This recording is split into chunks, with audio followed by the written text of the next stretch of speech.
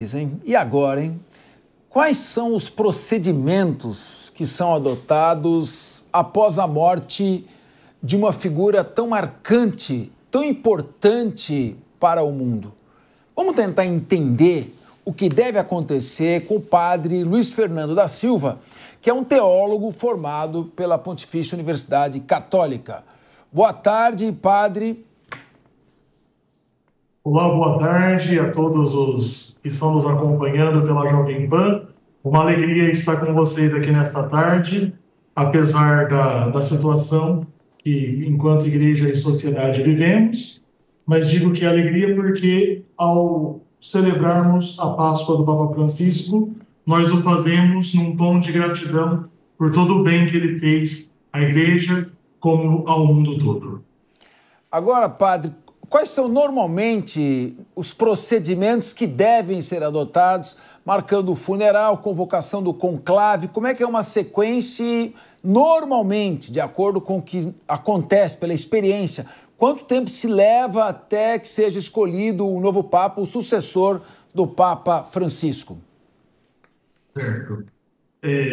Os cardeais começaram a primeira reunião hoje pela manhã, cerca de 60 cardeais que já estão em Roma ou ali na Europa já se encontraram hoje pela manhã e começaram a definir as primeiras datas. Primeiramente, o funeral, como vocês já estão noticiando. O Santo Padre é sepultado no final da tarde do sábado e começamos aquilo que nós chamamos de novenário. O novenário são 9 dias seguidos de missa, onde, por sorteio, os cardeais vão presidindo essas missas, que, digamos, ainda é um período considerado de luto pela morte do Santo Padre. Muito provavelmente, após esses 9 dias, a contar de sábado, teremos ali uma data provável para o início do conclave, que não foi divulgado, mas estipula-se que seja mais ou menos de 9 a 15 dias após o sepultamento. Nesse período, nesses 9 dias, os cardeais vão se encontrando todos os dias naquilo que se chama de congregações gerais, aonde a perspectiva desses encontros é para que os cardeais definam os temas relevantes para a governança da igreja a partir do falecimento do Papa Francisco. Com isso, também vai se desenhando um perfil de quem está mais apto para assumir como Romano Pontífice. Então, a partir dessas discussões, vai se desenhando um perfil. Nós estamos conversando aqui com o padre Luiz Fernando da Silva, que é um teólogo formado pela PUC. O David Litardo está aqui conosco, ele quer fazer uma pergunta para o senhor, padre. Padre, muito boa tarde.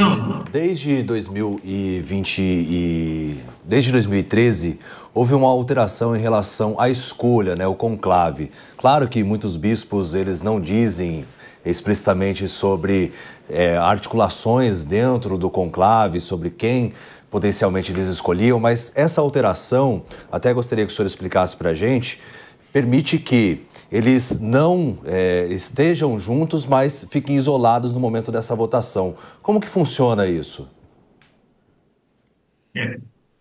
Bom, o conclave ele vai se dar com os cardeais até 80 anos de idade.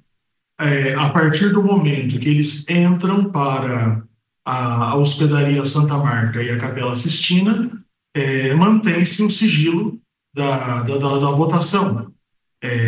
O que acontece, diferente do conclave de 2011, quando foi escolhido o Papa Francisco, é que nós temos um colégio dos cardeais muito mais plural. São mais de 90 nacionalidades representadas no atual colégio dos cardeais. E uma diferença, que no pontificado de João Paulo II e de Bento XVI, costumavam acontecer mais encontros com os cardeais em Roma, que eram possibilidade deles irem se conhecendo e irem se articulando. Diferente disso, durante o pontificado do Papa Francisco, não aconteceram tantos esses encontros. Então, muitos cardeais vão se encontrar pela primeira vez já por ocasião das congregações gerais, que são essas reuniões pré-conclave, e durante o conclave para a votação. Então, penso, uma perspectiva, né, que seja um conclave um pouco mais demorado, porque vai demorar um pouco mais as articulações. Contudo, tudo é muito especulativo. Pode ser que os cardeais já entrem no conclave com um nome pré-definido, com um candidato assim mais exponencial, e com 2, 3 sessões de votação já seja capaz de chegar aí a um sucessor para o Papa Francisco. Padre Luiz Fernando da Silva, teólogo formado pela PUC, dando entrevista aqui exclusiva para o Linha de Frente. Rodolfo Maris, sua pergunta. Pois não, Papa, boa tarde. Gostaria de saber que esse legado que o Papa Francisco deixou, principalmente sobre as inclinações das pautas progressistas, como que o senhor enxerga essas pautas e esse legado que ele deixou? E ainda assim, se será continuado, darão continuidade nessas pautas mais progressistas, sendo ele um Papa que foi um Papa mais simplista, um jesuíta, há uma possibilidade de vir no mesmo segmento o próximo Papa? O Papa Francisco tem pautas muito marcantes, né? Eu destacaria 4. Na linha social, principalmente naquilo que toca o tema da guerra e dos migrantes, tanto que a primeira viagem do Santo Padre fora de Roma foi para Lampedusa, uma ilha ali do Mediterrâneo que costuma receber muitos migrantes clandestinos. Então, desde o início do pontificado, os temas sociais foram muito relevantes para o pontificado de Francisco. Depois, no aspecto da ecologia, o Papa Francisco sempre teve uma preocupação muito grande, tanto que o primeiro documento magisterial sobre ecologia nasce no pontificado de Papa Francisco, 10 anos atrás, a Laudato Si, depois Laudato Deo. Também o primeiro Papa a convocar um sínodo especificamente sobre a Amazônia, mostrando que ele tinha um olhar também ecológico para as questões da Amazônia. E, por fim, o Papa Francisco teve uma preocupação, eu coloco como um destaque, a partir da Fratelli Tutti, sobre a fraternidade dos povos, que os povos pudessem se conversar e dialogar, e ele, com o seu pontificado, favoreceu muito isso. A grande maioria do Colégio dos Cardeais que nós temos hoje foi escolhida pelo Papa Francisco. Contudo, nem sempre o Papa Francisco teve uma linha de escolha onde só se escolhiam pessoas que pensavam exatamente como ele, né? O Colégio dos Cardeais é muito plural. Temos ainda alguns cardeais escolhidos por João Paulo II e por Bento XVI. Eu creio assim, não é possível estabelecer que seja alguém que vai exatamente na mesma linha de Francisco, porque cada Papa imprime a sua marca, a sua personalidade, a sua experiência e modo de enxergar a Igreja. Contudo, o que é certo? Os avanços que o Papa Francisco abriu na Igreja, muito provavelmente não serão retrocedidos. Quem assumir o pontificado a partir de Francisco, com certeza continuará trabalhando esses temas, porque a guerra está aí, são temas que precisam ser trabalhados, a questão da migração é premente, precisa continuar sendo trabalhada, as questões da ecologia são prementes, inclusive a COP30 que acontece no Brasil, já está prevista, né, uma representação do Vaticano na COP30, né, pela Secretaria de Estado. Então, quem for escolhido continuará trabalhando, com certeza, os temas que Francisco já vinha apontando nos seus discursos e no seu pontificado. Victor Miciato, a sua pergunta. Boa tarde, padre, tudo bem? A minha pergunta vai no seguinte eixo. Desde o Concílio do Vaticano II, a Igreja Católica ela se abriu muito para o diálogo com outras igrejas. E você apontou o primeiro eixo, que é a luta para acabar pela paz, né, para acabar com as guerras. Diante disso, como o senhor vê os próximos caminhos da Igreja Católica com relação ao diálogo, por exemplo, com a Igreja Ortodoxa na Rússia, na Ucrânia, e também com os judeus e palestinos, né, judeus e muçulmanos também ali no Oriente Médio? O Papa Francisco tinha dado um passo muito grande no diálogo com a Igreja Ortodoxa, porque esse ano nós estamos celebrando 1.700 anos do Credo de Nicéia.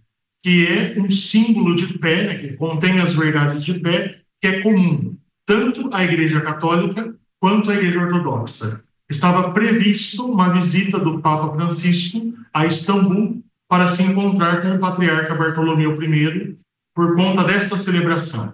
E também, no último domingo, a data da Páscoa foi comum. Tanto os católicos quanto os ortodoxos celebraram a Páscoa no mesmo dia. E já existiam tratações no Vaticano para que se chegasse a uma data comum da Páscoa entre católicos e ortodoxos a partir deste ano. Então, a nível teológico e religioso, esse tema já trazia, digamos, esse elan de unidade naquilo que toca católicos e ortodoxos. Naquilo que toca as discussões da paz, o Papa Francisco sempre o fez por meio de interlocutores. Um grande interlocutor do Papa Francisco nos diálogos entre Rússia e Ucrânia foi o cardeal italiano Matteo Zuppi, que é o atual arcebispo de Bolonha e também presidente da Conferência Episcopal Italiana. Ele é uma referência, né? Ele foi um grande interlocutor do Papa para que nós pudéssemos ter, digamos, denominadores comuns que auxiliassem nesses acordos de paz. Creio que a própria visita do vice-presidente dos Estados Unidos no último sábado ao Vaticano também deva ter tido em pauta com a Secretaria de Estado esse assunto, e mesmo o Papa, já bastante frágil, encontrou-se com o vice-presidente e deve ter entrado com certeza nessa temática.